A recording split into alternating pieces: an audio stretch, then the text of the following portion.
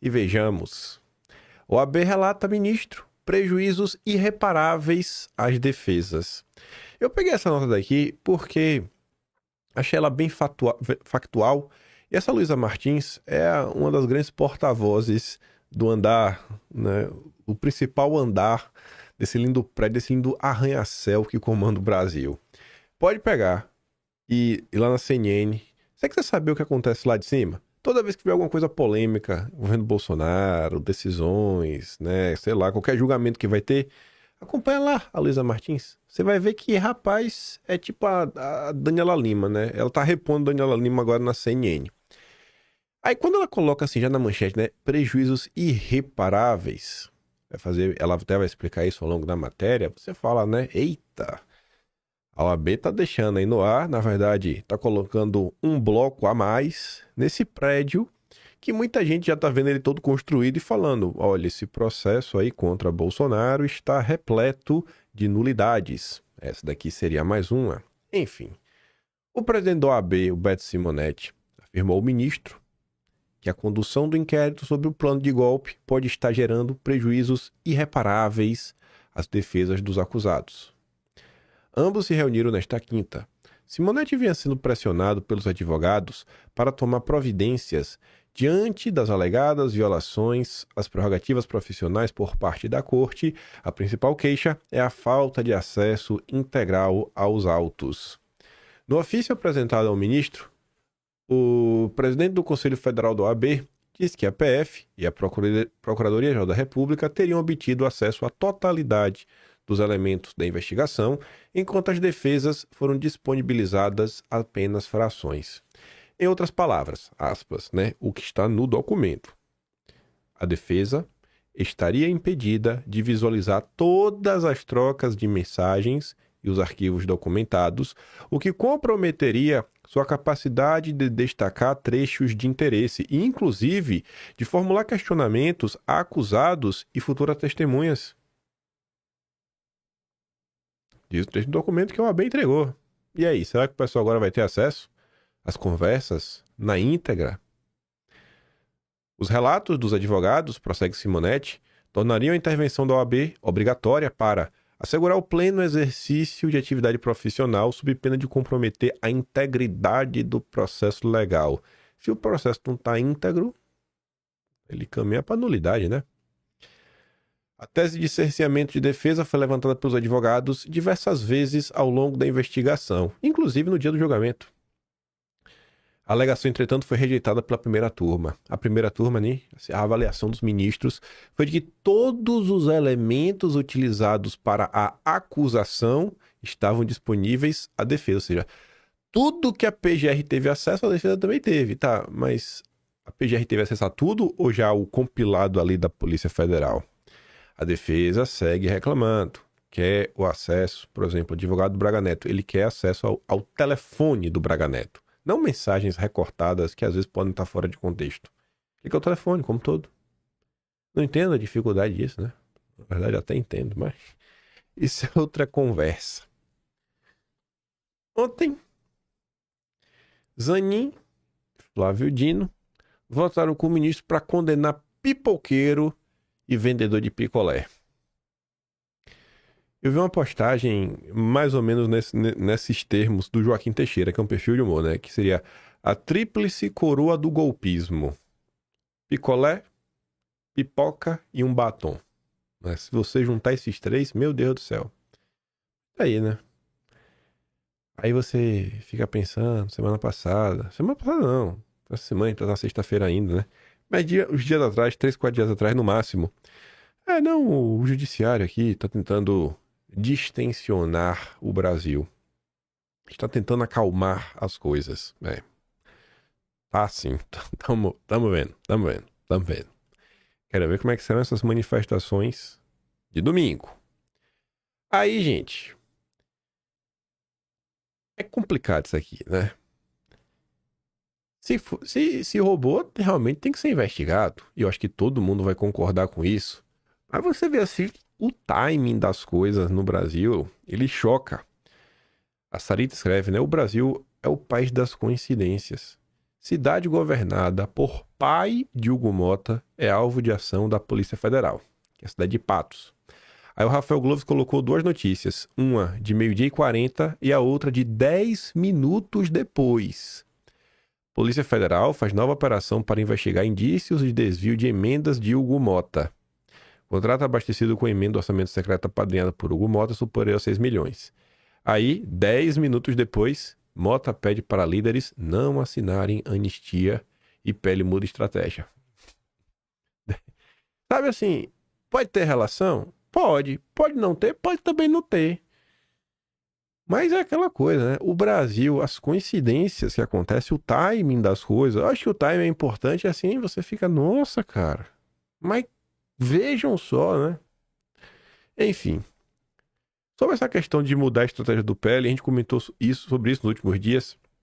O Sóstenes, ele estava atrás das assinaturas, porque ele precisava de 257 deputados, né?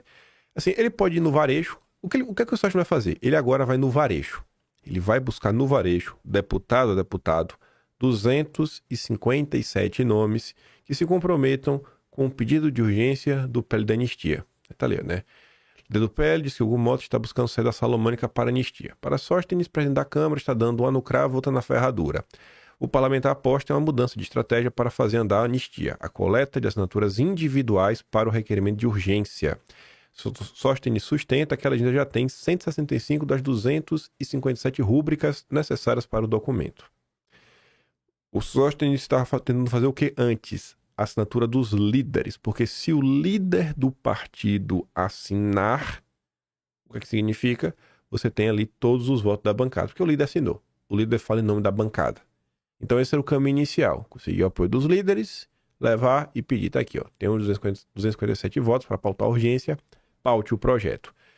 Diante da dificuldade, da boa vontade dos líderes, Sóstenes agora foi para o varejo.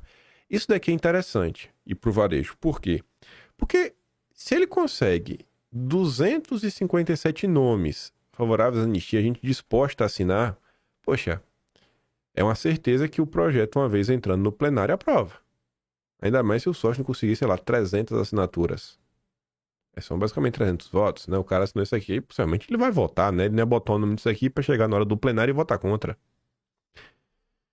Sobre essa situação, dessa mudança de estratégia, a Globo até falou sobre isso. A gente já tá falando sobre isso tem uns 3, 4 dias também, né? A turma tá atrasada. Mas ele também traz outras informações. Inclusive que ontem o Kassab teria ligado pessoalmente aí pro Sóstenes Cavalcante para falar que ele não tá, né? O PSD não está contra o projeto da anistia, né? Um boato aí que foi levantado ao longo do dia de ontem. Interessante, porque a gente conclui que, por um lado, a fragmentação está maior, mas o projeto da anistia está trazendo, está servindo de chamariz, tanto para o Caiado, que estava desgarrado, o projeto da anistia trouxe aproximação. Amanhã o Bolsonaro se encontra com o Ratinho Júnior, do PSD, que está apoiando o projeto da anistia.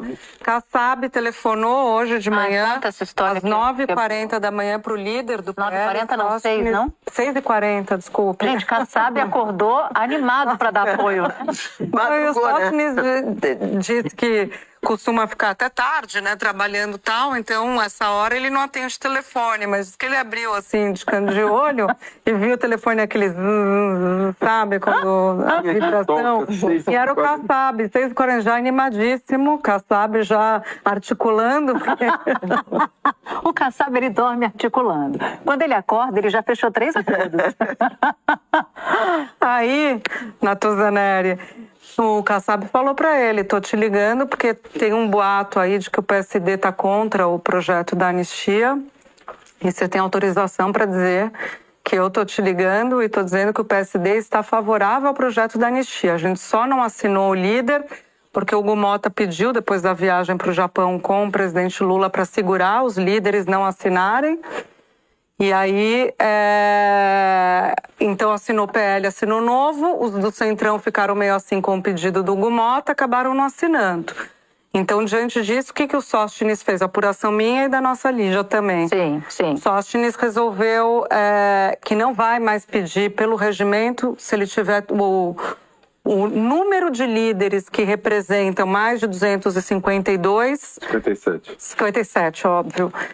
Ele consegue colocar a urgência para votar, né? Ou já a própria urgência aprovada? Coloca para votar, né? Mas tem que ter a assinatura dos líderes. Para o PSD, quem assinou foi um vice-líder, não foi o Antônio Brito. Então, é isso que ele está dizendo. Diante das dificuldades de ele conseguir esse número de líderes que representam os partidos que têm 257... Tá pegando assinatura ele está indo no varejo. Deputado por deputado. Ele desencanou do atacado e está indo no varejo, deputado por deputado. Já tem mais de 150. Precisa de 257.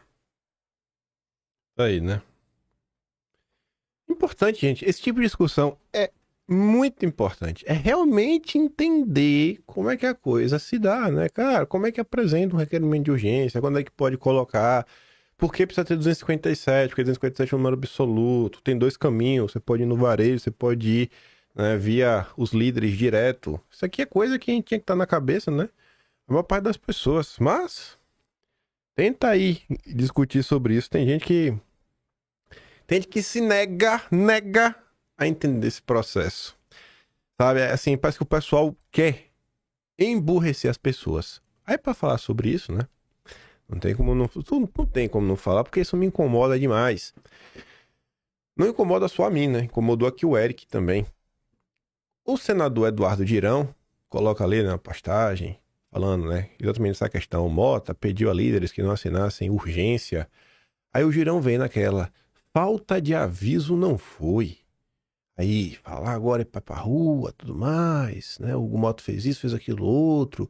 Depois de eleito, após disputa com Marcel Van Hatten, né? Joga pra torcida, né? Colocando aquele cenário, né? Era só ter votado no Van Hatten que estava tudo resolvido. Aí o Eric comenta, senador Eduardo Girão, mais uma vez o senhor insiste com essa retórica. É sério. O senhor realmente acredita que conseguirá alcançar algo com esse tipo de postura? Apoiar o deputado Marcel em sua derrota já consolidada seria talvez uma atitude mais sensata? É isso que o Girão quer que as pessoas acreditem? Era melhor perder e não ter nada. Abrir mão das comissões que o senhor tanto elogia, sim elogia. Abrir mão de até mesmo impedir emendas por meio dessas comissões. Impedir pautas e ser eficientes em obstrução. Deveríamos então nos contentar em gritar que estamos certos enquanto a população sofre? Senador, é hora de trabalhar e parar de gritar. Já estamos exaustos dessa sua falsa preocupação. Primeiro, o senhor se envolveu nas eleições anteriores. Foi candidato quando tínhamos Rogério Marinho para líder do Senado e mesmo assim você lançou a sua candidatura. Também se lançou como prefeito, mesmo com a presença de André Fernandes na disputa. Ele perdeu por poucos votos. E agora, novamente se mete onde não deveria. O senhor joga para a plateia. Estamos cansados de políticos assim. Reflita. Eu já passei do ponto de cansado. Eu faço questão até de rebater toda vez que eu vejo uma coisa dessa. Sabe? Trabalhar pelo emburrecimento da direita não vai levar ninguém a lugar nenhum. Utilizar as pessoas como massa de manobra para apoiar um projeto político fadado ao fracasso, não tem condição, né? Mas porque eleitoralmente pode ser bom para eles, Aí o André, da Embaixada da Resistência, comenta assim, né? O maior problema dos que criticam as estratégias do Bolsonaro é que 100 a cada 100 ou não possuem estratégia nenhuma ou possuem estratégias piores e seu histórico, né, fala por si. Vide essa, né? A estratégia do cara é perder. Perder e entregar todas as comissões relevantes e cargos na mesa pro PT e pro Centrão.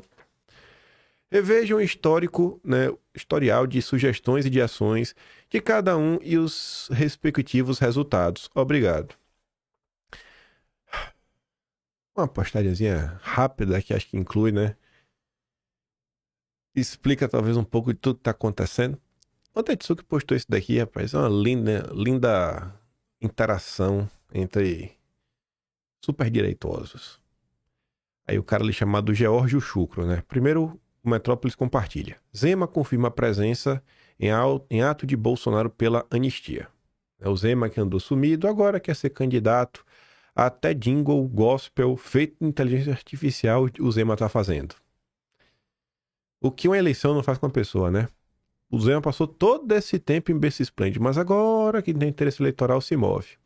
Olha, Zema, talvez você não acredite nisso, mas usar o nome de Deus em vão, cara, ou usar para fins políticos, você que estava calado o tempo todo sobre a questão da anistia, isso tá errado, cara. Tá errado. Sabe aquelas coincidências da vida? Começa a dar um monte de coincidência errada. Não vai por esse caminho que não é bom, mas tudo bem.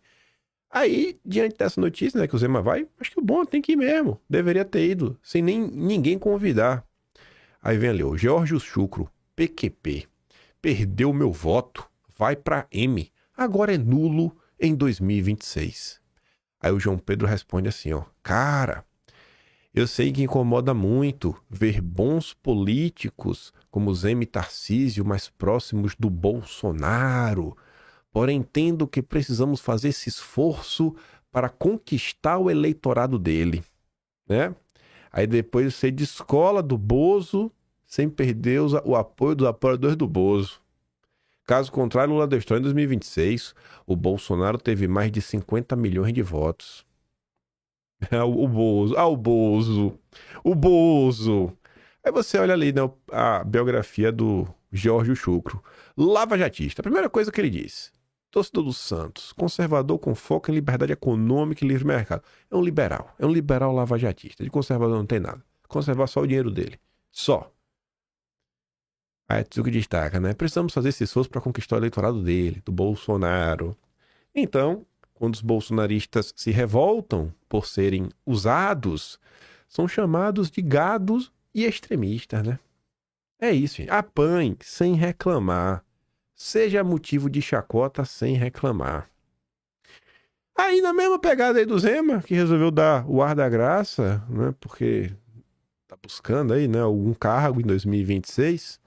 Ratinho Júnior se reaproxima de Bolsonaro e negocia anistia em 2026 de olho no Planalto. Pois é. Sensacional. Olha a quantidade, assim, o que o Ratinho Júnior falou em abril de 2024, quando teve o caso das comprinhas? O que o Ratinho Júnior falou em novembro de 2023, abril de 2023? O que Ratinho Júnior falou, vamos botar em novembro de 2023, quando teve o episódio da Dama do Tráfico? O que Ratinho Júnior falou quando teve a Operação Tempus Veritatis, né, fevereiro? O que Ratinho Júnior falou quando o Felipe Martins foi preso? O que Ratinho Júnior falou das inúmeras fake news da Globo? Pega lá a melhor de todas, a da Daniela Lima, o notebook da BIM. O que é que o Ratinho Júnior falou, sei lá, dezembro e janeiro, né, dezembro 23, janeiro de 2024, lá no escândalo do caso da Shine.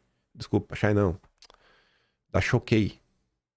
O que Ratinho Júnior falou durante a reforma tributária?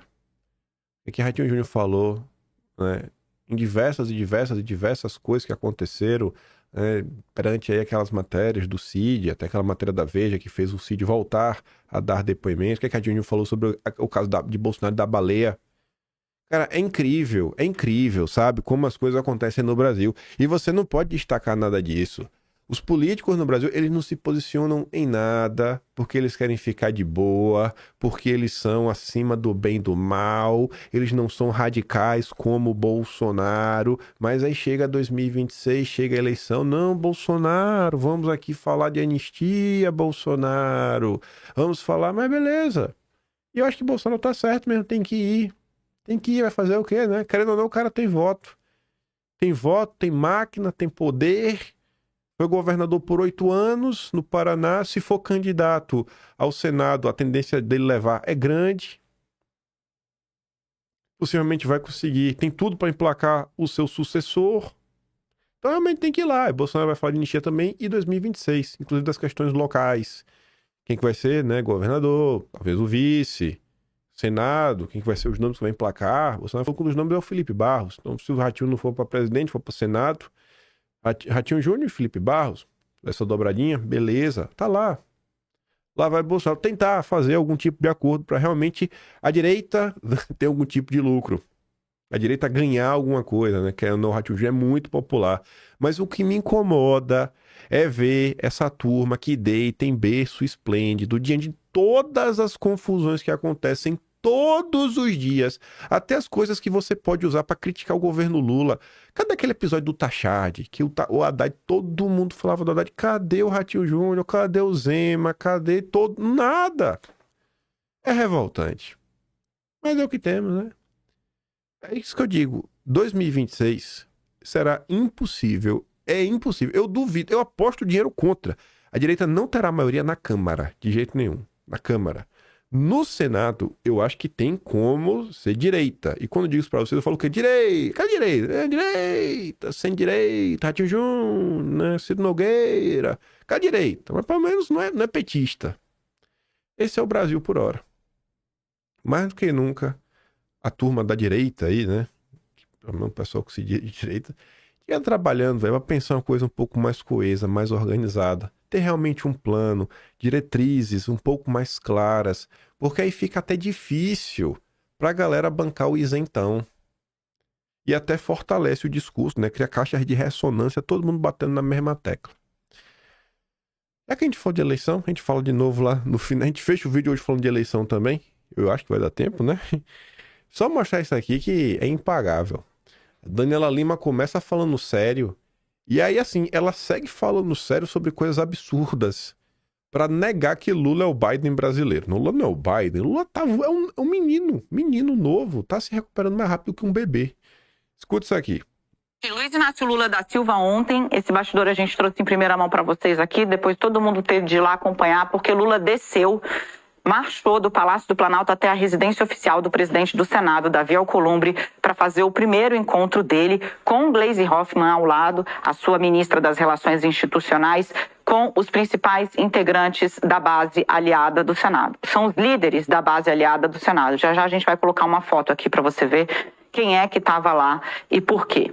Essa é a primeira conversa do ex-presidente nesses termos. O fato dele ter descido do Planalto até a residência oficial do presidente do Senado, Davi Alcolumbre, é um gesto em si de estou reassumindo, vou reassumir, vou dar prioridade a um contato direto entre eu e vocês. Luiz Inácio Lula da Silva, também vamos para o blog aqui, rapidamente, aproveitou a ocasião e foi questionado pelos... Vamos mostrar a foto? Beleza, vamos juntos. Tá aqui, ó, esse foi o tamanho. Você tem aqui Cid Gomes, Efraim, o próprio Davi Alcolumbre, o Eduardo Braga, do Amazonas, MDB, você tem aqui Otto Alencar, PSD, líder do governo, aqui Rogério Correia, do PT, Leila, senadora Leila, aqui Elisiane Gama. Então, vê o tamanho aqui do grupinho que foi reunido. Essa era uma conversa, assim, o que se espera de uma conversa desse tamanho? O senador Renan Calheiros, aqui também, do MDB. O que se espera de uma conversa desse tamanho? Pouca revelação. Não. Lula fez questão de passar alguns recados. Eu conversei com alguns dos integrantes dessa comitiva e perguntei ali, Lula em algum momento, gente, falou sobre 2026 e o senador me disse, falou sim. Lula disse textualmente que estou me preparando para ter saúde, porque sou candidato em 2026. Estando bem de saúde, eu sou candidato. Diz que Lula chegou ao ponto de dizer, olha, voltei a fazer musculação, tô correndo todo dia, tô muito bem, tô me sentindo bem da cabeça, tô me sentindo em plena capacidade física e eu quero me manter assim, porque a minha vontade é tentar um quarto mandato. Eu falei, mas senador, o senhor levou a sério? Tá me parecendo um pouco a coisa do Biden. Esse senador me disse, olha, um homem da idade dele que sofre uma pancada na cabeça, que deixa uma lesão de grau 2 no cérebro e se recupera em menos de 30 dias, não pode ser comparado ao ex-presidente dos Estados Unidos. Eu falei, mas senador, veja, há uma busca... Eu vou continuar, né?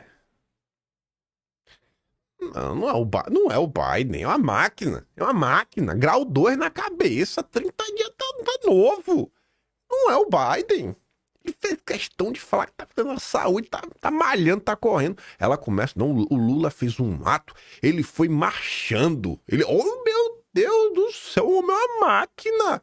O Lula conseguiu ir a pé. Sabe, o negócio deve dar uns 10 minutos. Ele consegue andar 10 minutos. Uau! Ele é... O Usain Bolt é corredor de 100 metros. Quem é corredor de maratona?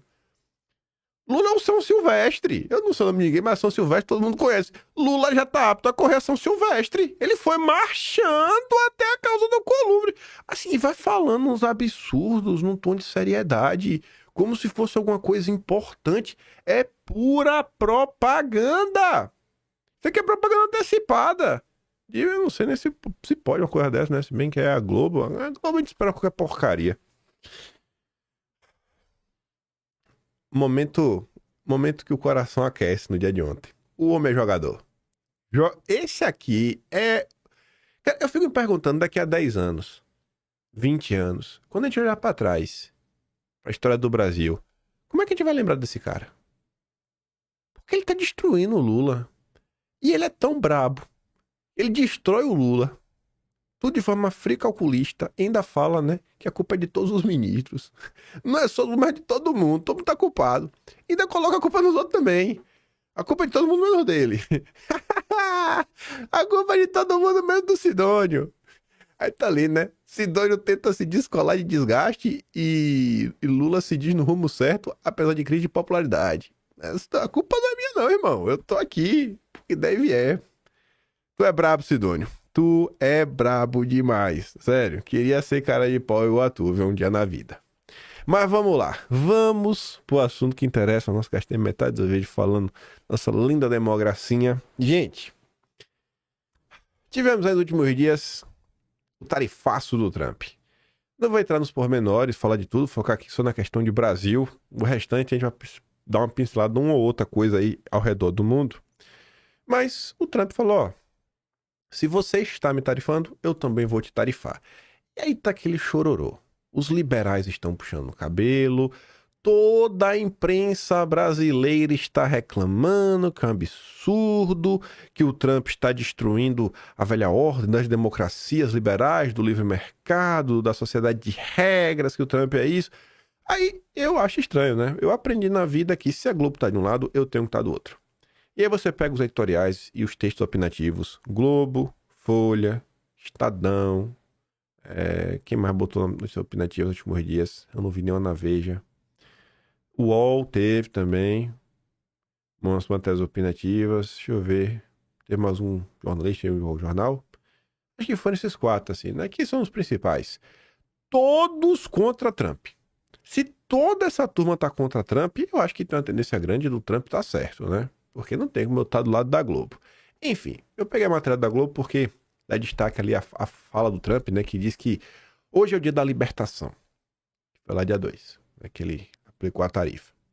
Aí tava todo mundo naquela, meu Deus, o que o Trump vai fazer com o Brasil? Meu Deus, meu Deus, meu Deus, meu Deus. O Brasil foi o que ficou na lista dos que basicamente não recebeu tarifa, 10%. Qualquer produto brasileiro é 10%, ali, flatzão, né? Tá de boa, 10%. E acho que o pessoal não entende que o Trump coloca, né? É recíproca. Aí tem que pôr tudo, não, mas ele fez o cálculo a partir de questões ligadas à balança comercial. Beleza, beleza, beleza. Só para dar o tom, uma nota que saiu na imprensa, que eu acho que retrata um pouco, né? Porque não adianta só falar que a imprensa toda chora e não mostrar nada, mas tá aqui, né? Dia da libertação ou da ruína. Se fosse reciprocidade, Trump deveria reduzir tarifas para o Brasil. Tentar comprar qualquer coisa aí dos Estados Unidos. Tenta comprar qualquer coisa aí. Importa aí pra ver. Quando chegar no Brasil e o Haddad te cobrar imposto, tu diz que não, pô. É reciprocidade. A ele falou que no Brasil não tem, não. Eu não sei. Esse imposto aí que você paga quando você faz uma compra internacional. Que imposto é esse, né? De 60% no final do dia. É uma cara de pau sem igual, né? Mas tudo bem. Aí, vamos começar aqui primeiro vendo o painho. Nosso grande liberal, né? O Lula se colocando contra o protecionismo a favor do livre mercado. Com mais desenvolvimento e mais inclusão social, mais tecnologia e mais humanismo.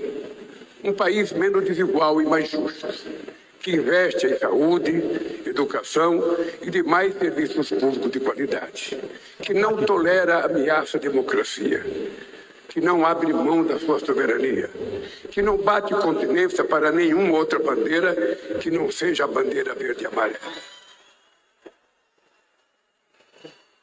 Que fala de igual para igual e respeita todos os países, dos mais pobres aos mais ricos, mas que exige reciprocidade no tratamento. Defendemos o multilateralismo e o livre comércio. E responderemos a qualquer tentativa de impor um protecionismo que não cabe mais hoje no mundo. Diante da decisão dos Estados Unidos de impor uma sobretaxa aos produtos brasileiros, tomaremos todas as medidas cabíveis para defender as nossas empresas e os nossos trabalhadores brasileiros. Tendo como referência a Lei da Reciprocidade Econômica, aprovada ontem pelo Congresso Nacional, e a diretiva da Organização Mundial do Comércio. E aí, galera? Cadê os meus amigos, grandes analistas da direita, o Lula, comunista, Foro de São Paulo? Nossa, o povo repete isso tanto que às vezes me dá até agonia. Eu queria tanto que o pessoal abrisse um pouco, né, a cabeça para a possibilidade do mundo, sabe, mudar. E as coisas não serem, assim, né, tão travadas ao ponto que nada pode mudar ao longo da história. Aí você vê, né, tudo que o Lula tá defendendo. Primeiro assim, que ele tá falando muito de lorota, que ele não defende nada disso. O Lula só defende dinheiro no bolso. Defende dinheiro no bolso dos seus amigos, né, óbvio, não no povo. E fazer, né, tudo que a galera que colocou ele lá quer. Em especial os bancos. Não livre comércio. Quando o Lula fala que ele é no multilateralismo, ele tá certo. Gente, o que é o multilateralismo? É a ONU, é o OMC, é o OMS. São todas essas organizações que eu garanto que você não votou em ninguém que está lá. Eu não conheço ninguém que votou em pessoas que estão lá. São burocratas não eleitos que tomam decisões e que o mundo tem que seguir. Por quê? Não, porque eles são burocratas não eleitos. Eles são os queridinhos de quem? Do Soros? Do Klaus Schwab? Do Bill Gates? Quem foi que colocou lá? Não faço a mínima ideia. Mas quer porque quer seguir. E o Lula realmente defende isso. O Lula é um globalista. O Lula 3, o governo Lula 3, é um governo globalista. Se a direita tivesse entendido isso desde o primeiro dia e tentado entender como é que isso daí iria se manifestar na atuação do governo através de leis, não é medidas públicas, né? Ah, Jesus. Não é ações públicas. Nossa, né? Ah, projetos, assim, utilizado. Me faltou agora a expressão na cabeça. Enfim, né? Quando você estuda... Meu Deus do céu, velho, faltou agora na cabeça. Não é medidas públicas. Não é medidas públicas. Enfim, o que eu ia colocar através dos ministérios da vida, das autarquias? Quais seriam as diretrizes do governo? A coisa podia ter sido diferente. Falou assim, cara, qual é a tendência dos globalistas hoje ao redor do mundo, além da questão woke, da diversidade? Pô, é a questão verde, a questão ESG, descarbonização, transição energética. Daria para ter feito um embate muito mais eficaz contra a turma do Lula. Aí tá aí. Mas vamos pegar essa frase do Lula. Vamos começar pelo começo, né? Não temos mais como aceitar nenhum tipo de protecionismo no mundo de hoje. Vou fazer de tudo para proteger, né, desses ataques o nosso empresariado nacional. Pô, então vamos voltar no tempo, Lula. Vamos voltar no tempo, Lula. E começar a expor as suas mentiras. Atlas Brasileiro, abril de 2023. A gente chega logo de voadora. Taxar varejistas chinesas e apostas online é necessário. Segundo Randolfo Rodrigues, é preciso ter regulação para que não haja prejuízo do mercado nacional. Protecionismo, Lula! Você é um mentiroso! Você é um cara de pau, Lula! Você já foi desmentido, Lula, assim, pelo Randolfo Rodrigues, hoje o seu líder lá no Senado. Esqueceu das comprinhas da Shopee? Esquece? Será que o Lula não faz ideia quanto ao imposto de importação que uma pessoa comum paga para comprar um produto, e um produto que muitas vezes sequer é produzido no Brasil? Que reciprocidade é essa? Produtos que sequer são produzidos no Brasil. O protecionismo é para proteger. Você cobra imposto para proteger o seu mercado de alguma coisa. Mas se você não produz, você vai colocar imposto para quê? Qual é a lógica de colocar imposto em computadores, em celulares, que são ferramentas de produtividade, de trabalho? Porque não reduz, cara. É porque o governo quer a parcela dele, né? Ainda que o governo colocasse a parcela dele, qual é o preço aí, né, do imposto de importação desses produtos? Mas vamos continuar avançando, né? Ainda no mês de abril de 2023. Conforme Lula aí e sua turma foram para cima das compras internacionais, as ações da Magazine Luiza subiram. Que coisa, né? Um indicativo de que vai ficar muito mais caro de importar produtos subiu, né? Isso aqui me parece um protecionismo pesadíssimo. Aquela imagem estava dando RT antes da Folha de São Paulo. O governo vai acabar com isenção de importação de encomendas de até $50. Cadê, Lula? A reciprocidade, irmão? Aqui da Austrália eu posso comprar coisa na internet, Lula. Do Brasil eu não pago nenhum imposto. Assim, pelo menos até $1.000 e poucos, aí é tudo isento. Eu nunca fiz uma compra aqui online e precisei pagar o imposto. Nenhum, velho. Zero. E aí, Lula? O que é que tu me diz? Varejistas pedem ao governo que taxe empresas de comércio eletrônico asiáticas. Para quê? Para proteger o mercado interno. Tarifa. Protecionismo. E aí, Lula? Tu é um cara de pau, Lula. Tu é um mentiroso descarado. Aí tá ali, né? A turma da Luiza Trajano, Flávio Rocha da Riachuelo, a turma do Carrefour. Só a nata da picanhagem. Aí tu avança, né? Na época o pessoal dava destaque àquilo ali, né? Lojas Riachuelo, fabricado na China. Qual é a proteção da indústria nacional? É para dar o direito do monopólio da venda, né? O cara, ele importa no precinho, aí ele coloca a etiqueta dele, do produto que foi fabricado lá fora, e ele cobra horrores para ter grandes lucros no Brasil na mão do pobre. Varejo critica Lula e busca reunião com o governo sobre recuo em imposto de itens importados. Porque o governo, diante da pressão que rolou, opa, né, quase tremeu na base. Sem esse contrabando todo, talvez não tivesse de fechar 90 lojas. É contrabando? Não é reciprocidade, não. Aí, cadê a reciprocidade, pô? Cadê a reciprocidade nessas horas? Não tem. Na hora do povo pagar a conta, não existe reciprocidade. Aí você vai para outubro de 2023. As mesmas pessoas que estão falando que Trump está destruindo o planeta, acabando, né, com a ordem vigente do livre mercado e tudo mais, é a turma que defende imposto cura vício em compras pela Shine Shopee. Como é que vocês podem ter essa cara de pau? Aqui parece que é do Valor Econômico até, né? Pela imagem aí do Jornal Digital. Parece. Não vou bater o martelo. Mas por que o Trump? Por que o Trump está destruindo o planeta e o Lula pode colocar imposto? Eu não consigo entender porque a tarifa do Lula é do bem e a tarifa do Trump é do mal. Eu não consigo entender. Alguém me explica. A tarifa do Lula cura vício. A do Trump destrói o mundo. Aí você vai para novembro de 2023. O governo deve taxar a importação abaixo de $50 até o final do ano, diz indústria. Empresários do setor têxtil que cobrem isonomia tributária se reuniram com o Haddad nesta quarta e saíram animados do encontro. O procurador do governo não quis falar nada. Pois é, né? Parabéns aí, Lula. Aí tem até uma coisa curiosa. Nosso pré-candidato a deputado federal, ele não anunciou publicamente, mas o Ferri vem fazendo até jantares, rapaz. Ele compartilha o vídeo do Alckmin que dizia, ó, Alckmin diz que imposto de importação será cobrado em compras internacionais abaixo de $50. E o Ferri diz, ó, notícia excelente para o varejo brasileiro, necessária. E aí, se você não acompanha o mercado financeiro, eu te digo que o grande Café com Ferri comprou aí uma fatia considerável da Casas Bahia, uma grande varejista. Será que Ferri tem o DNA de um campeão nacional? Talvez, né? O futuro aí vai nos falar. Salve Ferri.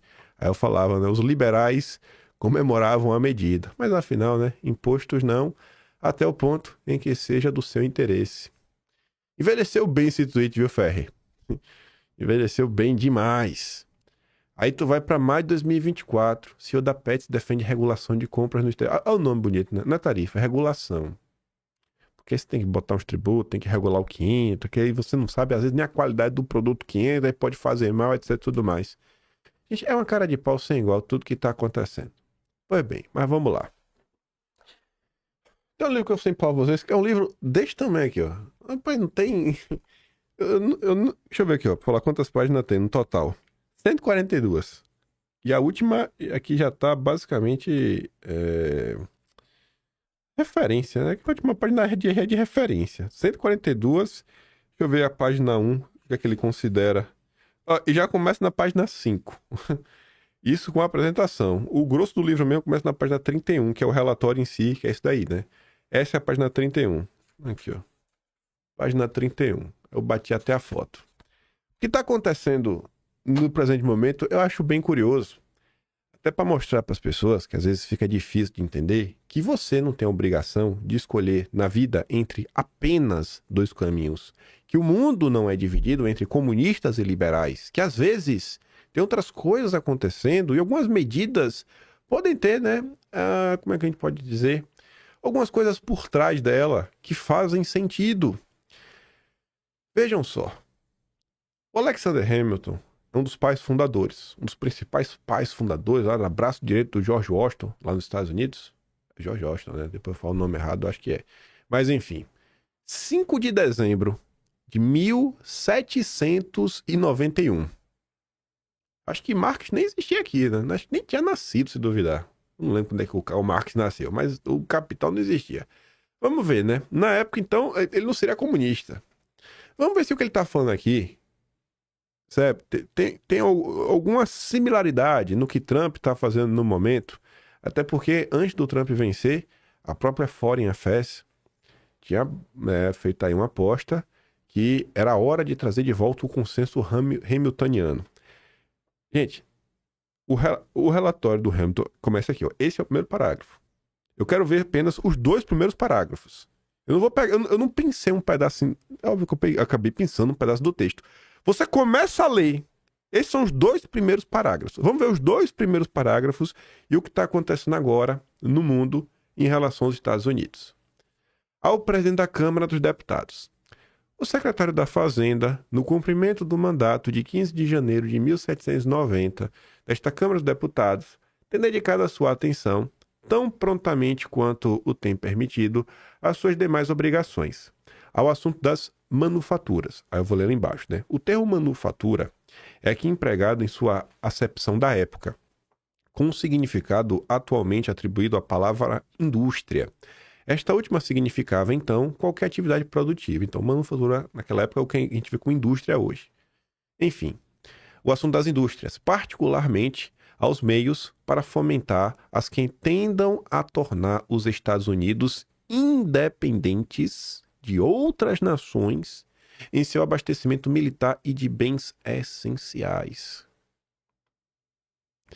Com certeza vocês viram várias discussões desde que Trump tomou posse sobre a necessidade de reindustrializar o país, levando em considerações fatores estratégicos de soberania nacional, segurança nacional, geopolíticos, a própria questão, né? O próprio Biden já vinha fazendo isso, ventando lá a venda da US Steel, né? A siderúrgica dele até para o Japão, porque é um bem essencial, tentando levar lá, né? Basicamente o Biden comprou todo um pacote de uma fábrica de semicondutores, esqueci agora, é uma sigla de 4 letras, acho que quase 100 bilhões de dólares de investimento, porque, cara, é um bem assim que hoje não é só essencial, mas também faz parte de um abastecimento militar, né? Semicondutor hoje no mundo não tem nada que seja assim eletrônico que não tenha um processadorzinho lá dentro para fazer alguma coisa. Aí você vê, né? 1790, lá estava o cara pensando nisso. Cara, a gente tem que pensar aí em termos de indústria, meios, fomentar. A gente tem que fomentar a indústria interna, porque a gente precisa pensar em Estados Unidos enquanto nação, grande império, forte militarmente e que a gente não dependa, pelo menos nas questões essenciais, de ninguém. Senão a gente vai ser refém.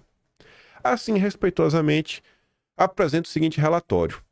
A conveniência de incentivar as indústrias, né, manufaturas, os Estados Unidos, que não há muito tempo era considerado um tanto questionável, parece contar agora com um reconhecimento bastante geral. Lá atrás, não, para que industrializar? O negócio é produzir barato, é fazer o que a gente faz melhor, às vezes, é questão é do agronegócio, é o nosso ascendente agrícola, mas não faz muito sentido, não. Ele falou, pô, agora a gente tá vendo que é importante ter as indústrias, né? Aí ele falava assim, ó, os obstáculos que dificultam o progresso do nosso comércio exterior tem levado a sérias reflexões sobre a necessidade de ampliar a esfera do nosso comércio interno.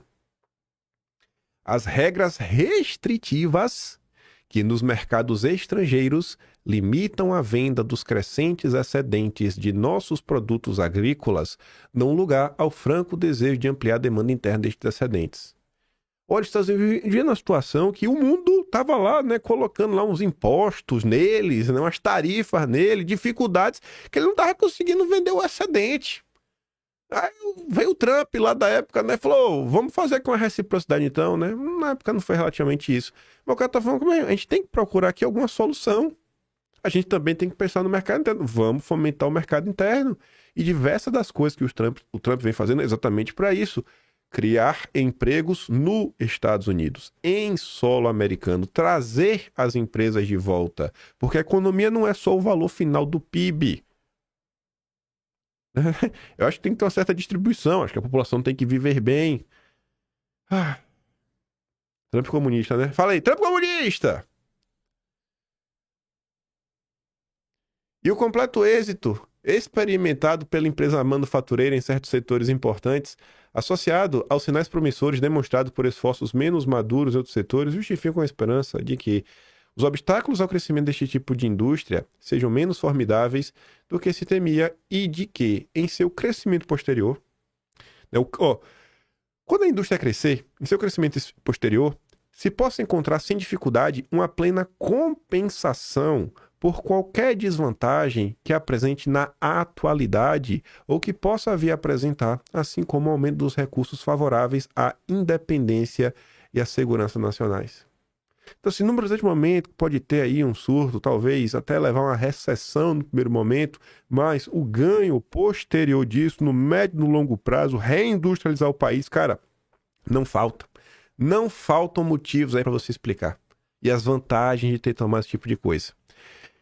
Quem aí não tentou, quem não quis comprar 100% da narrativa da imprensa, algumas discussões que eu estava acompanhando na rede social, o pessoal pontuou muitas coisas. O pessoal estava falando, inclusive, que até para os Estados Unidos, a depender uma desaceleração, uma perda de dinamismo nesse presente momento, com assim, uma dívida trilionária com vencimento agora, acho que vale até 2028, algo assim, coisa que vai ter que, assim, emitir novos títulos da vida, se refinanciar de novo. Na época, acho que foi a 3 e poucos %. A Selic deles hoje está em meio em torno de 4%. Então, a depender, se tiver até uma desaceleração, o Banco Central tem todas as ferramentas para, na canetada, baixar o juro. Olha aqui, ó. Vamos seguir aqui na ortodoxia, fatores macroeconômicos, vamos baixar os juros, então vamos renegociar a dívida no precinho. Quem tiver que renegociar está 26 tri, a 3 e pouco. Você renegociar agora a 4, acho que vai ficar muito mais caro, né? Então, assim, a galera não quer nem se dar o trabalho de entender. É a crítica pela crítica. É jogar pedra. Aí você tem que ver Lula e a Globo pagando de louco, fingindo que são os grandes defensores do livre mercado, do multilateralismo. Que o Lula aí, né, ele tá contra o protecionismo a vida toda. O Trump é um louco. O Trump não sabe nem o que ele tá fazendo. É uma coisa que nunca antes na história desse planeta aconteceu.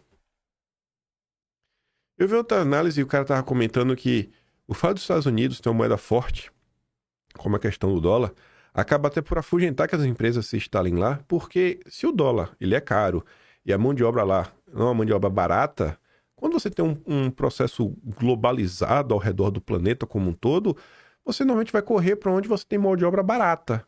Então esse processo de globalização do mundo acabou por fortalecer, né, a comunada lá. Pode ver o tamanho do país e como se tornou um império econômico. Mas vamos continuar. Quem tem que falar mais de Brasil? Olha o nosso grande Jamil Chad, porta-voz extraoficial da ONU contra o Brasil. Ele odeia o Brasil. China cobra fim imediato de taxas de Trump e promete retaliação. Olha quem não gostou. Olha quem não gostou. Pega e lê apenas o capítulo em torno de questões econômicas do projeto 2025 lá da Heritage Foundation. Vê o que eles falavam que deveria ser feito, sobre qual approach, qual o olhar econômico e o que é que eles achavam da China. Vê e olha o que o Trump está fazendo agora. Eu acho que pelo menos vai falar que ele não... Assim, ele pode até ser maluco, mas acho que vai ser muito difícil tu falar assim, que ele acordou de manhã e falou, rapaz, eu vou meter tarifa em todo mundo. Do nada ele chegou nessa conclusão. Aí, além dos comuns, quem que tá achando ruim também? O FMI. O banco mais globalista do mundo, né? Que era lá em Bretton Woods. Na delegação brasileira, contou até com o pessoal do Godinho e do Roberto Campos. FMI alerta. Tarifaço de Trump é risco significativo para a economia global. Não, realmente é um risco. Agora, para que tipo de economia? O Trump não está preocupado com big money. Ele está preocupado com o setor produtivo do país dele. E aí? Então, assim, quem tá chorando, tem que entender por que essa turma tá chorando, né? Mas vamos continuar. Vamos ver algumas coisas em sequência, antes de fazer juízo de valor e tecer qualquer tipo de comentário. Vamos só no factual que tá aqui, depois a gente junta e comenta de uma vez só.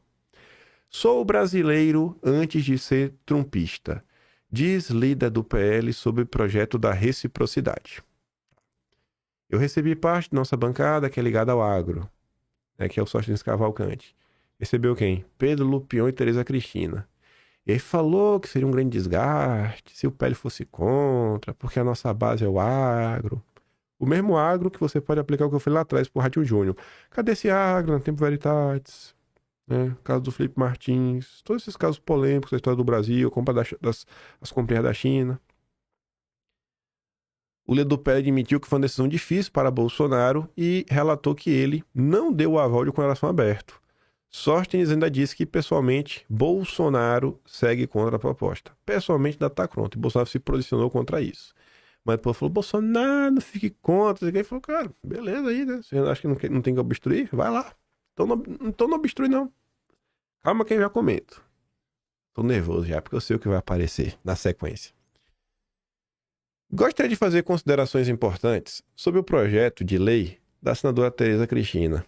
Claro que seria mais confortável para mim aderir à narrativa do estadista imparcial, que une na esquerda e direita contra o inimigo externo, mas nem sempre o caminho mais suave é o melhor para os brasileiros. Temos que analisar a causa disso tudo. Socialistas, como Lula, acreditam em governos gigantescos. E só há uma fonte para alimentá-los. São através dos impostos que todos nós pagamos. Sejamos sinceros. Se você pudesse não pagar o imposto, por exemplo, na sua blusinha, você pagaria? Eu não acho que o ponto nesse aqui. Eu acho que o ponto é que o Lula, ele é um populistão. Ele tá disposto a fazer qualquer coisa para se manter no poder. Então, assim, você às vezes coloca algum imposto para proteger o que se produz no Brasil. Eu entendo você colocar uma tarifa em roupa, porque você tem um polo produtor de roupa no Nordeste. Eu não entendo você colocar imposto em produtos que o Brasil não produz. E o ponto aqui, assim, você está criando uma lei para entregar na mão do Lula para aumentar imposto num governo que está em déficit. Então, assim, Lula, tá precisando de um troco a mais? Bota aí, bota pocando. Usa a justificativa aí da soberania nacional, da proteção interna e lasca imposto no povo. Então, por qual motivo Trump iria aceitar que um produto americano pague em média cerca de 60% de imposto entrando no Brasil, né? Quem faz a compra online, mas o produto brasileiro entrando nos Estados Unidos pague cerca de 5% desse mesmo imposto? Seria razoável? No final das contas, Estados Unidos vai apenas elevar suas tarifas para os mesmos patamares das tarifas que eles já pagam hoje para entrar no Brasil. Não é retaliação, isso se chama reciprocidade. Para o Brasil tratar isso como uma batalha comercial e revidar contra a maior economia do mundo, que é o nosso segundo maior parceiro comercial, aumentando ainda mais os tributos, seria preciso criar uma carga tributária ainda maior do que a atual, o que faria, na sequência, os Estados Unidos adotarem o mesmo por reciprocidade. Ou seja, seria uma batalha sem fim com potencial de colapsar a economia brasileira. O único prejudicado com esta política conflituosa seria o povo brasileiro. Aí ele fala, cara, não vamos defender essa mentalidade tributária socialista sob a falsa bandeira da proteção da indústria nacional, para manter essa imensa e pesada carga tributária que esmaga o poder de compra do brasileiro e nos leva a ter uma péssima qualidade de vida. O hospedeiro, né, tá para acabar, de tanto que vem sendo sugado aí via imposto. Injetar mais pressão tributária sob a falsa bandeira de proteção da economia nacional só irá agravar o estado moribundo da nossa economia. E aí tá ali o tweet de Bolsonaro falando que, rapaz, uma batalha econômica com os Estados Unidos nesse momento não é o melhor caminho. Melhor resolver através da diplomacia. Aí, eu vou dar play nesse vídeo, aí a gente resume a atitude do Sóstenes e o lobby da FPA do senhor Lupion e Tereza Cristina. Ex-embaixador Rubens Recupero. Não é um cara de direita, né? Vamos lá. Mais uma entrevista ainda repercutindo o anúncio feito pelo presidente dos Estados Unidos, Donald Trump, que acaba de anunciar tarifas de pelo menos 10% a produtos brasileiros. Está conosco o embaixador Rubens Recupero, ex-ministro também. Embaixador, bem-vindo. Boa noite. Bom, te pergunto qual avaliação geral o senhor faz desse anúncio que acaba de ser feito pelo Trump. Vai bem. Boa noite. Bem, o Brasil não saiu mal. Esses 10% do que você está falando é a tarifa universal, que ele vai aplicar a todos os países do mundo, né? Na verdade, o Brasil teve a mínima tarifa dentro daquela tabela que ele apresentou, né? Muito menor do que a dos outros países, né? Eu não vejo muito que queixa o Brasil possa ter, né? Porque é um tratamento que eles estão dando a todos os países do mundo, né? Não é só o Brasil. Os que receberam menos vão receber uma tarifa que eles estão chamando tarifa universal, de 10%. Portanto, eu não vejo razão de queixa, né? Porque nós não ficamos pior por causa disso. É claro que é um atentado ao sistema de comércio, né? Mas pior vão estar os outros países, né? Que têm tarifas de 20, 30, 40, 50, né? Alguns dos principais parceiros americanos, né? Obviamente, eles não deram muita importância ao Brasil, porque o Brasil, como se sabe, tem um pequeno déficit, não tem um saldo com os Estados Unidos, né? Então, toda essa conversa aí que vocês estiveram falando de represália é um absurdo total, né? Porque o Brasil não tem que fazer represália nenhuma, né? Represália por quê? Porque estamos no melhor tratamento possível dentro da tabela dele. Então, eu não vejo muito, acho que vocês não estão compreendendo bem a situação, né? Sakamoto. Embaixador, boa noite. Cara, quer falar? Não, pode ir, Sérgio. Não, é para o embaixador. Desculpa, tá com delay aqui. Vou eu, então. Desculpa, tá com delay. Gente, olha só, o presidente toma uma medida de Estado, ó. A partir de agora, os produtos para entrarem no meu país vai cobrar imposto de importação. Imposto de importação, começa 10% para todo mundo. O Brasil é isso. Não é um negócio assim, mirando. Não, eu estou declarando agora um conflito com o Brasil. Lula, eu estou indo pra cima de você, eu vou lhe derrubar. Não é disso que está se tratando. O Brasil tomou uma medida de Estado. Pronto. Aí o cara falou, cara, não tô entendendo o que vocês estão falando. Retaliar o quê? Que maluquice é essa? Vocês não estão entendendo a situação. Aí eu vou resumir toda essa movimentação do Sóstenes, que teve o coração tocado aí pelo lobby do agro, né? Lobistas. É só isso que vocês sabem para fazer, você não abre a boca pra nada. Eu não lembro quando foi que eu ouvi a boca da Tereza Cristina falando uma coisa útil. Não lembro. Eu lembro dela voltando a favor do projeto do mercado de carbono e encabeçando esse tipo de lei. Resumir. Rapaz, eu vi uma imagem ontem, que é essa aqui, ó. Eu nem sou fã do Ancapsul, acho que ele tá meio assim da cabeça, é até questão ligada aí, conflito Rússia e Ucrânia. Não que eu apoie nenhum dos lados, eu vi, ele agora até falou que ia ajudar a recrutar pessoas para lutar lá. Falei, rapaz, tá demais. Mas o Ancapsul, ele conseguiu aqui resumir de uma forma tão boa, porque é toda semiótica. É a imagem da Tereza Cristina com a notícia, né, do projeto dela, e em 2 linhas ele conseguiu resumir tudo isso. O Senado aprova reciprocidade inútil para furar a obstrução na Câmara. A única coisa que esse lobby que existe do agronegócio no Brasil não serve pra nada, só encher dinheiro de milionário que quer virar bilionário e bilionário que quer virar multibilionário. Não é o cara que anda de Hilux, é o cara que já tem helicóptero, que Dodge Ram, ele dá pro filho. Esse é o agronegócio do Brasil. Nossa base, a base da direita é o povo. É o povo trabalhador, Sóstenes. Acorda pra vida. Eu não tenho mais paciência mais pra essa turma toda, sabe? Eu fico até feliz, de boa, de ver, mais uma vez, né? Bolsonaro falou, quer botar aí? Bota aí, mano. Acho que devia obstruir, né? Eu acho que devia continuar obstruindo. Eu não sou de falar essas coisas, porque, enfim, não coisa. Eu já tive uma oportunidade de uma vez falar com o Bolsonaro. E aí a gente entrou numa discussão sobre passado, presente, queria entender assim, algumas coisas, né? Umas perguntas, sei lá, até sobre determinadas movimentações. E eu perguntei pra ele assim uma vez, Bolsonaro, você lá versus fulano, ministro técnico da técnica mesmo. Eu falei, lembra das bolas divididas? Perguntei pra ele. Agora me diz aí, na bola dividida, qual que tu tava errado? Aí ele óbvio, falou nenhuma, né? Mas eu também acho que ele tava nenhuma. Aí eu falei pra ele, Jair, na boa, te pedi uma coisa, velho. Não escuta ninguém, não. Vai pela tua cabeça. Na boa, só vá pela sua cabeça.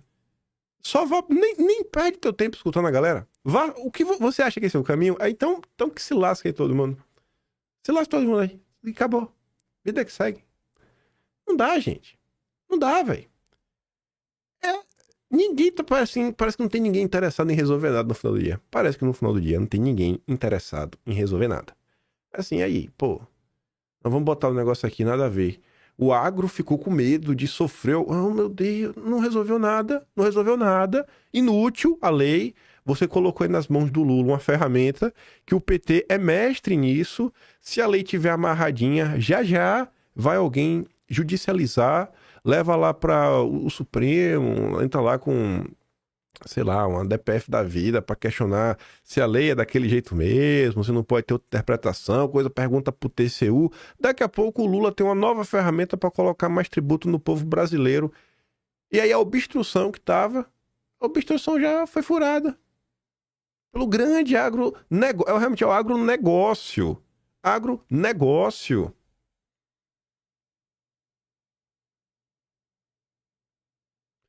Liberais, né? Liberais sendo liberais. Não dá pra esperar nada diferente. Liberais sendo liberais.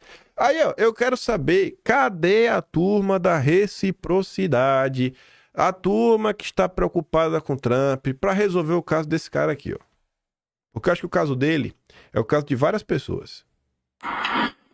Bom dia, pessoal, tudo bem? Eu sou o Olavo, proprietário da Parada da Panela. E sim, nós vamos fechar, tá? E algumas pessoas têm pedido uma explicação melhor do porquê. Pessoal, é muito simples. Você está indo no seu supermercado com esse governo, com essa situação que está acontecendo, sem falar de política. Vamos falar da nossa prática. Esquece política. Vamos falar da nossa realidade. Tá sobrando dinheiro para comprar uma panela, para comprar uma roupa, para comprar um tênis? O que a gente está fazendo? A gente está empobrecendo, o Brasil está empobrecendo. Então, o que aconteceu comigo? O meu movimento caiu foi 30% no segundo semestre de 2024. E aí, as despesas não sustentam. Você tem que vender uma quantidade para você pagar suas despesas, seus funcionários, energia, tudo. Então, assim, com essa queda da venda, a gente vinha se arrastando, vinha sofrendo. E agora a derradeira vai sair um viaduto em frente ao seu comércio. Então a pista que passa em frente à loja vai afundar e a loja vai ficar lá em cima. E aí o que a gente fez? A gente decidiu encerrar, vender os estoques, as instalações, porque não é só eu que estou fechando. Quantas empresas fecharam no país? Quantos varejos estão sofrendo com essa situação?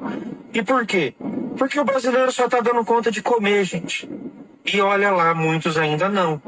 Então, assim, não quero falar de A nem B. Eu quero falar da nossa realidade. De entrar para o mercado, botar 2 sacolinhas no caixa e gastar mais de R$100 facilmente. Então a gente que tem aí um pessoal que está em renda familiar de 4, 5 mil aqui na nossa região, que não é uma renda ruim, tipo, mulher trabalha, marido trabalha, filho trabalha, essa pessoa está sofrendo, ela está pagando aluguel, está fazendo uma compra de mercado, está sofrendo. Agora eu quero falar para vocês, quem aqui não está sentindo no bolso? Quem que não está? Então, gente, infelizmente a Parada da Panela é uma vítima do mercado e a gente está aí tendo que encerrar as atividades. Tem esse motivo da economia e o derradeira vai sair o viaduto. Beleza? Valeu, bom dia e aproveita as liquidações que o estoque está acabando. Até mais. Não aparece um político aí, na hora do pequeno e do médio. Agora os grandes latifúndios, a palavra, né? A esquerda agora, os grandes latifundiários brasileiros, e aí, aquele trator, rapaz, nem o peão eles querem botar mais pra trabalhar, pra economizar ali no salário mínimo, o agronegócio. Não abre a boca pra nada, nada. Cadê essas entidades do agronegócio pra abrir a boca da porcaria da anistia? Usa o povo como massa de manobra. A base real que existe no Brasil é o povo, e só. Bolsonaro foi mais de quase 60 milhões de votos. Mano, é a base do agro. Olha, eu tô sem paciência, eu tô cada dia com menos paciência pra dar com toda essa galera. É só oportunista. Aí depois tudo que a gente viu. Não tem mais espaço para protecionismo. Ai, o Trump. Ai, pipipi. Ai, eu sou a favor do multilateralismo. Eu sou o Barba. Eu sou amigo do Sidônio. Minha mulher é a Janja. Uma piada o que tá acontecendo. Uma piada de muito mau gosto. Aí você tem que lidar com isso daqui, ó. Pra você ver que nada mudou. É o mesmo discurso. O mesmo falatório. Quando precisa... Quando é pra nomear o Flávio Dino pro Supremo, eu sei porque tem um ministro comunista. Aí joga pra torcida, né? Pros esquerdeiros. Fala, Lula, o comunista, é isso aí, painho. Aí na hora que vê um negócio desse, não, eu sou a favor do livre mercado. O cara não tem valor nenhum dentro dele. Lula é literalmente um saco vazio, que o único interesse é a perpetuação no poder pelo poder, ó. Esse rapaz aqui de cabeça branca, que parece até o Noblar, não é a Dona Benta, não. Esse aqui é o Requião. É a mesma coisa no final do dia, né? Requião, que já foi filiado ao PT. Vamos ver o que o Requião falava. E pela imagem aqui, tem cara que esse vídeo não é novo. Porque o Requião já a cabeça tá toda branca. Ainda tem os cabelos assim meio, né? Ficar meio grisalho. Mas escuta só, pra você ver que o Lula é o que é e não é de hoje. Reguladores estão com o Lula e não abrem, não admitem outro candidato que não seja a Dilma por causa do Lula. Pois é, e a Dilma tem essa posição. Eu vi as conclusões da convenção do PT. É interessante, eles dão uma radicalizada aonde, a meu ver, não precisavam radicalizar. Então, de repente, eles assumem uma postura esquerdista. Mas, com toda essa história de um esquerdismo programático, esqueceram de dizer o que iam fazer com a macroeconomia. Quem é que vai mandar no Banco Central? Quem? Vale aquela proposta que está lá no Congresso Nacional? Segundo me diz, já falei com você sobre isso aqui, com apoio do Mercadante, de Banco Central independente, na mão dos banqueiros. A essência do comando da nação hoje está na decisão de quem manda na economia. Se são os brasileiros, se a economia vai ser dirigida para gerar empregos, para desenvolver o país, ou se nós vamos continuar um mercado à disposição dos especuladores e exploradores no mundo inteiro. Isso não se define. E o governo, associado ao capital vadio, ao Meirelles, que era o presidente da Associação de Bancos Internacionais no país, representante do capital predador. Você vê, aqui aparentemente Dilma ia ser candidata, né? Esse vídeo aqui tem cara que 2010. Não, mas absurdo, Banco Central. Lula é o poder pelo poder. E o Brasil, assim como, sei lá, 15 anos atrás, Lula segue o grande capital. Vamos chamar assim, né? Os donos do dinheiro, os banqueiros. É sempre assim. É sempre assim. É incrível. Aí, eu queria fazer um compilado em sequência, mas vai demorar, assim, não vai ter tempo hoje. Mas eu ia ficar muito melhor se fosse sequência, mas só para fechar o vídeo, para ele não ficar muito longo. Vê isso aqui. É a cara do Brasil. Ciro Nogueira diz em encontro com investidores que o governo Lula deu o que tinha que dar. Você vê como é que funciona no Brasil, né? O encontro foi onde? No BTG. Sensacional. Ai, o Dedé, hein, Ciro? O Ciro foi lá só pra ver o Dedé. O eleitor está pronto para migrar e o governo Lula já deu o que tinha que dar. Foram as grandes frases. Aí, vai vendo. Ao falar sobre as decisões econômicas do governo, Ciro Nogueira acompanhou o cenário, né, pré-impeachment da Dilma. Só que ele negou que existam condições para o impeachment do Lula hoje. Dilma foi tirada porque tinha 7% de aprovação. Lula ainda tem um peso de 30%. Não tem como você decretar um impeachment do presidente. Não vai haver rompimento institucional. Não vai ter um rompimento, mas o Congresso vai segurar. Vai ser um dique. O dique do Tororó, que tem lá em Salvador. O Congresso vai segurar. Vai tancar. A contenção explicou, né? O Estadão, né? Como é essa contenção aí, velho? O Congresso vai segurar como, Ciro Nogueira? Ele tá falando com os investidores no banco do Dedé. Essa contenção, o Congresso, o freio que o Congresso vai dar, né? É frear medidas de taxação. Aí você fala, meu Deus, eu vou parar de pagar imposto? Finalmente! Calma que tu é o povo não vale de nada. Durante o evento, Ciro Nogueira fez referência às propostas de tributação progressiva que miram faixas mais altas de renda. Ó, não vai ter impeachment do Lula, mas não se preocupe. A gente vai segurar o pepino. Como é que funciona esse segurar o pepino? Sabe esses impostos aí que miram os mais ricos? A gente vai segurar. E o mais pobre que se lasque. Porque no Brasil o pobre tem que se lascar. E é assim que funciona. E o errado é o Trump. Errado é o Trump. Errado é o Trump, é o Bolsonaro. É o Eduardo Bolsonaro. Certo é a Tereza Cristina, Lupion, o lobby do agronegócio brasileiro. Não tem nenhuma frente, é um lobby. São nossos amigos liberais. Trump comunista, duguinista, né? Kassabista também. Eu não aguento aí. É tirar o Brasil de otário. Dia sim, dia também.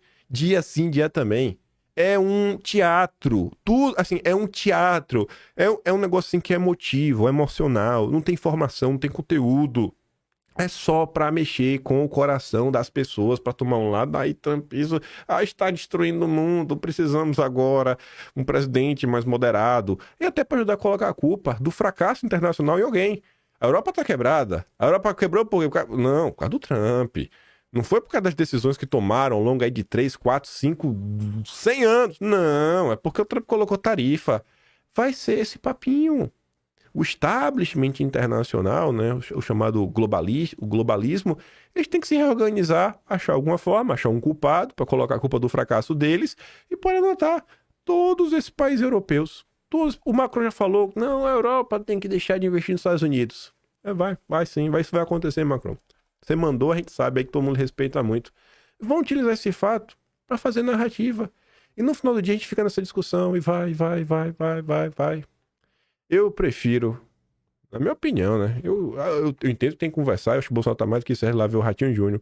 Mas independente de quantas pessoas você conversa todo dia, e quanto mais pessoas que você conversa, mais apoio que você tem, e não dá pra você ter aquele apoio do cara que te apoia, né, de maneira, assim, 100% na agenda que você defende, mas, poxa, que pelo menos esse núcleo mais próximo, né, de Bolsonaro, cara, que essa turma aí realmente se aproximasse, fechasse, e começasse realmente a trabalhar para que no futuro, daqui a 4 anos, 10 anos, 20 anos que seja, sabe, a direita poder estar numa posição tipo Trump, de olhar de cima para baixo, né, assim, e botar ordem na casa e falar, cara, eu não preciso de vocês, são vocês que precisam de mim. Sabe, a gente já tem maioria na Câmara, já tem maioria no Senado. Se você quiser colar comigo para então a maioria ainda maior, né, porque ainda tem espaço aí no Centrão, beleza, a gente pode conversar. Mas, sabe, esse grupo aí mais próximo, mais coeso, esse núcleo duro aí da direita conservadora brasileira, ela tem que dar um passo à frente. Passo à frente, produzir mais, com mais qualidade, ter atividade legislativa robusta para mostrar, conseguir se comunicar melhor com a sociedade, lidar com os problemas do dia a dia. O cenário aí para a direita assim, tá ótimo para surfar. O Lula está em franca decadência, as pessoas estão querendo ouvir soluções. Os jovens descolaram da esquerda, é uma tendência internacional, a direita está numa tendência internacional, é arregaçar as mangas, gente, e cair para dentro. Mas esse é o Brasil do Lula, confia, né? O Lula, ele está lutando aí contra o Trump, o miserável, está destruindo o planeta. Vou mandar os vídeos que eu dei play lá no Telegram, aí tu pode rever 20 vezes lá o Lula mentindo. Se gosta do meu trabalhinho, se gosta um pouco mais, passa no meu canal, tem um botão de valeu. Tem um peito na descrição e tem o Atlas brasileiro, né? Eu só coloquei uns recortes ali, mas quiser entender o caos econômico no Brasil e ao invés, né, de querer essa conversa mola do Trump, vai lá, lê mês a mês os capítulos de economia, aí tu vai entender como é que a gente chegou até aqui. Vejo vocês amanhã, fiquem com aquele grande beijo e abraço, tamo juntos, valeu meus amigos, fui!